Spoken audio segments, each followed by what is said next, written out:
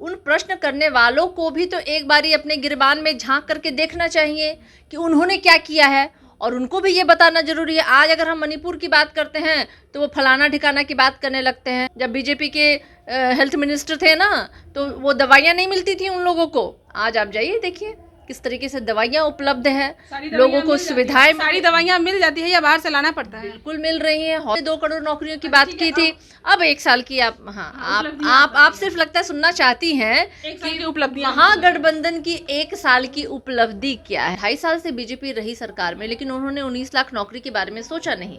लेकिन 1 साल के शासन काल में तेजस्वी यादव जी ने नौकरी की भरमार की है। हर मंच पे माननीय मुख्यमंत्री नीतीश कुमार जी ने खुद ही कहा है कि अब इन्हीं को देखना है, इन्हीं को करना है, अब यही समझेंगे। तो आप समझ रहे हैं कि उनका इशारा क्या है। हम तो सब्र में हैं, आप भी सब्र में रखिए। अरे उसकी चिंता नहीं करने की आवश्यकता है आप लोग, जब हमें ही चिंता नहीं हो रही है तो लेके रहना क्या होता है भाई, कुछ छीनना थोड़ी है हमें। नमस्कार, बहुत स्वागत है आपका लाइव बिहार में। मैं आपके साथ रूपम। देखिए, महागठबंधन के 1 साल पूरे हो गए हैं और इसको लेकर विपक्षी सवाल कर रहे हैं, घेरे में ला रहे हैं महागठबंधन को, तेजस्वी सरकार को और नीतीश सरकार को घेरे में ला रहे हैं कि भाई 1 साल हो तो गए हैं पूरा, लेकिन किए क्या है? 1 साल बेमिसाल या 1 साल बंटाधार? चलिए, हमारे साथ सारिका पासवान जुड़ी हुई है जो कि आरजेडी के प्रवक्ता हैं। इन्हीं से बात करते हैं, भाई 1 साल बेमिसाल या बंटाधार? देखिए, सबसे पहले तो जो हमारे विपक्षी हैं जो प्रश्न कर रहे हैं, उनका प्रश्न पूछने का तो कोई मुझे लगता है बिसात नहीं है। इसलिए कि जिन्होंने कहा था कि हर साल 2 करोड़ नौकरियां देंगे देश को, 9 सालों से वो केंद्र की सत्ता में काबिज हैं और 2 करोड़ तो छोड़ दीजिए, 200 नौकरियां उन्होंने नहीं दिया। जिन्होंने कहा था बिहार में इलेक्शन में कि हमने जब कहा था कि 10 लाख नौकरियां देंगे, तो इन्होंने कहा था 19 लाख नौकरियां देंगे। 1 साल की बात नहीं, मैं उस पर मैं बात करूंगी। हम तो अपनी उपलब्धि के बारे में बात करेंगे, लेकिन जो प्रश्न कर रहे हैं उन प्रश्न करने वालों को भी तो एक बारी अपने गिरबान में झांक करके देखना चाहिए कि उन्होंने क्या किया है, और उनको भी ये बताना जरूरी है। आज अगर हम मणिपुर की बात करते हैं तो वो फलाना ठिकाना की बात करने लगते हैं। अरे भाई, कल की घटना हो या आज की घटना हो या आने वाले, ऐसी कोई भी घटना नहीं होनी चाहिए देश में। ये सुनिश्चित करना जो सरकार में है उनका ये जिम्मेदारी अहम होता है। और मणिपुर की बात हम बार बार इसलिए कहते हैं क्योंकि वहाँ पे बीजेपी की सरकार है, केंद्र में बीजेपी की सरकार है। बावजूद इसके अगर देश में बहन बेटियों पे अत्याचार हो रहा था, हम प्रश्न क्यों ना करें?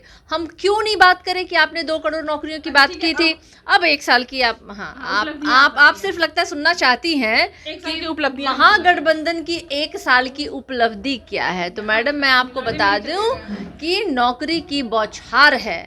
आप देखिए जिस तरीके से हॉस्पिटल्स में अतिरिक्त बेडों की संख्या, मुफ्त दवाइयाँ, जो आज तक जब बीजेपी के हेल्थ मिनिस्टर थे ना, तो वो दवाइयाँ नहीं मिलती थी उन लोगों को। आज आप जाइए देखिए किस तरीके से दवाइयाँ उपलब्ध हैं, लोगों को सुविधाएं, सारी दवाइयाँ मिल जाती है या बाहर से लाना पड़ता है? बिल्कुल मिल रही हैं। हॉस्पिटल्स में सारी दवाइयाँ मिल रही हैं और मरीज आज खुश हैं। अतिरिक्त बेडों की संख्या बढ़ाई गई है।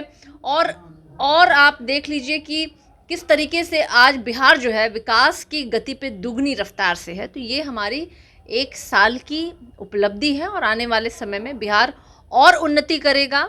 हमारे माननीय मुख्यमंत्री नीतीश कुमार जी, हमारे डिप्टी सीएम तेजस्वी यादव जी, दोनों के गठबंधन से, सहयोग से बिहार जो है दुगनी रफ्तार की विकास की गति पे है। सारिका जी, आप पहले मतलब आरजेडी में तो अभी भी हैं, लेकिन पहले आरजेडी अलग थी, नीतीश जी की सरकार से अलग थी, जदयू और आरजेडी अलग थी। पहले आप सिर्फ आरजेडी की प्रवक्ता थी, अब गठबंधन की प्रवक्ता आप मानी जा रही हैं।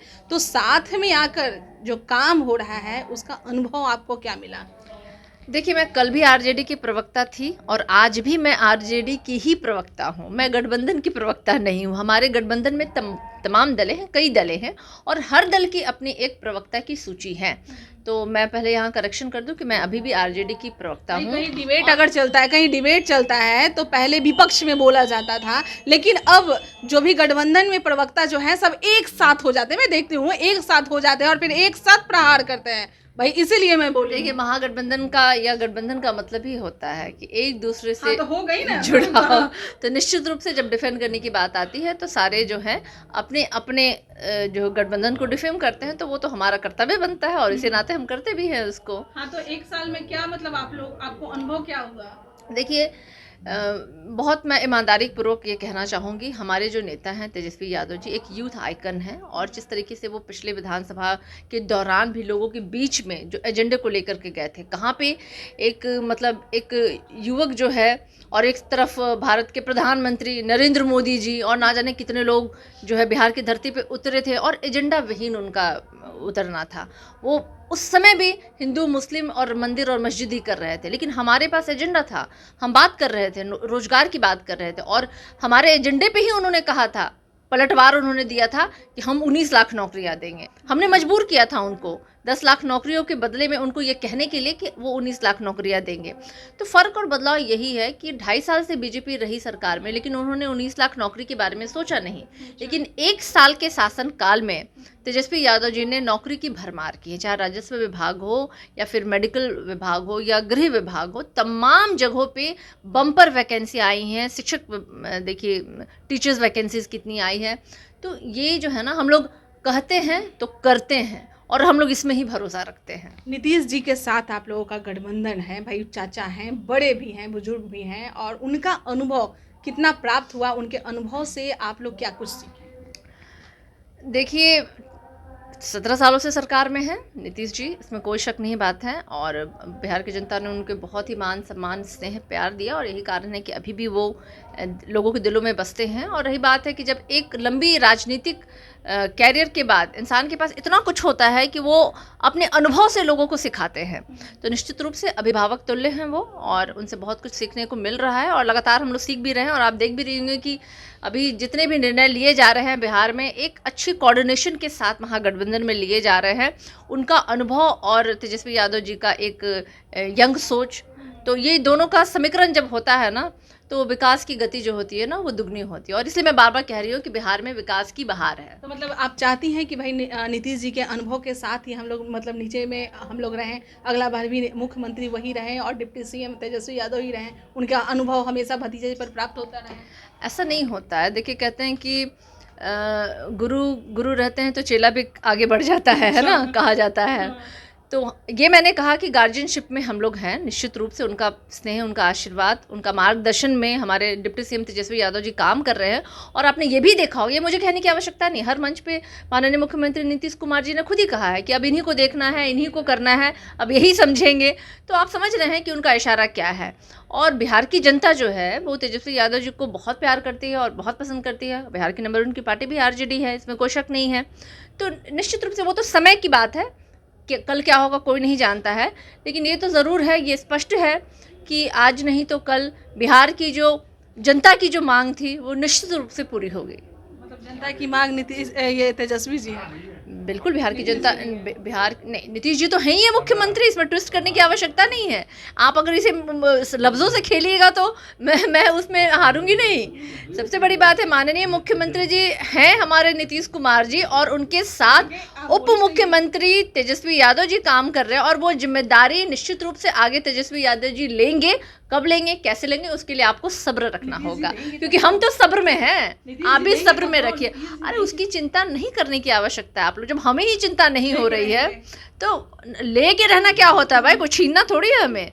ये सामंजस्य की बात होती है, एक दूसरे के साथ कोऑर्डिनेशन की बात होती है, आदर और सम्मान की बात होती है। और हमारे चक्रव्यूह में फंस गए हैं नीतीश जी। अरे 2.5 साल से थे तो कौन से व्यू में फंसे थे वो?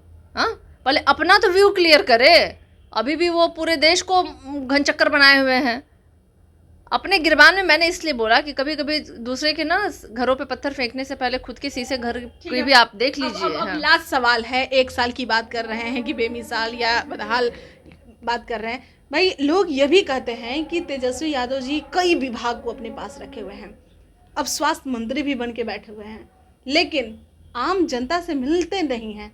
भाई स्वास्थ्य मंत्री के पास कोई भी जाएगा तो मिलेगा ही मिलेगा, लेकिन अब तो उप मुख्यमंत्री बने हुए हैं, मुख्यमंत्री से भी ऊंचा उनका ओहदा मिला हुआ है। इस तरह से लोग बोलते हैं कि मतलब ये कौन वो लोग हैं जो अफवाह फैला रहे हैं? मिलना मुश्किल नहीं, ये कौन वो लोग हैं जो अफवाह फैला रहे हैं? दरबार वहाँ खुली हुई है, जनता दरबार लगती है, और हर दिन प्रतिदिन शाम के समय हमारे उप मुख्यमंत्री जी भी मिलते हैं, हमारे राष्ट्रीय अध्यक्ष जी रहते हैं, वो भी मिलते हैं। देखिए फिर से मैं आपको बता दूं, राष्ट्रीय जनता दल जो है ना, गरीब गुरबों और बिहार की जनता की पार्टी है, और कभी भी मिलने के लिए दरवाजे वहाँ खुले रहते हैं। लोग सहजतापूर्वक जाते हैं और मिलते हैं, शाम में मिलते हैं, प्रतिदिन के हिसाब से लोग मिलते हैं। तो ये अफवाह जो लोग फैला रहे हैं ना, बाहर में मिलते हैं या अंदर में मिलते हैं, अंदर बुलाया जाता है? बिल्कुल अंदर मिलते हैं, अंदर बुला करके 10 नंबर में मिलते हैं। जानना चाहते हैं सारिका जी? नहीं नहीं, बिल्कुल बिल्कुल, मैं आपके चैनल के मार्फत बताना चाहूँगी, संध्या 6 बजे आप जाएं, निश्चित रूप से आपकी भेंट होगी। आप हमारे नेताजी के समक्ष आप हमारे नेता समक्ष होंगे आपके, और वो आपसे पूछेंगे और आप अपनी समस्याओं को बताइए और वो सुनेंगे भी। चलिए, बहुत बहुत धन्यवाद।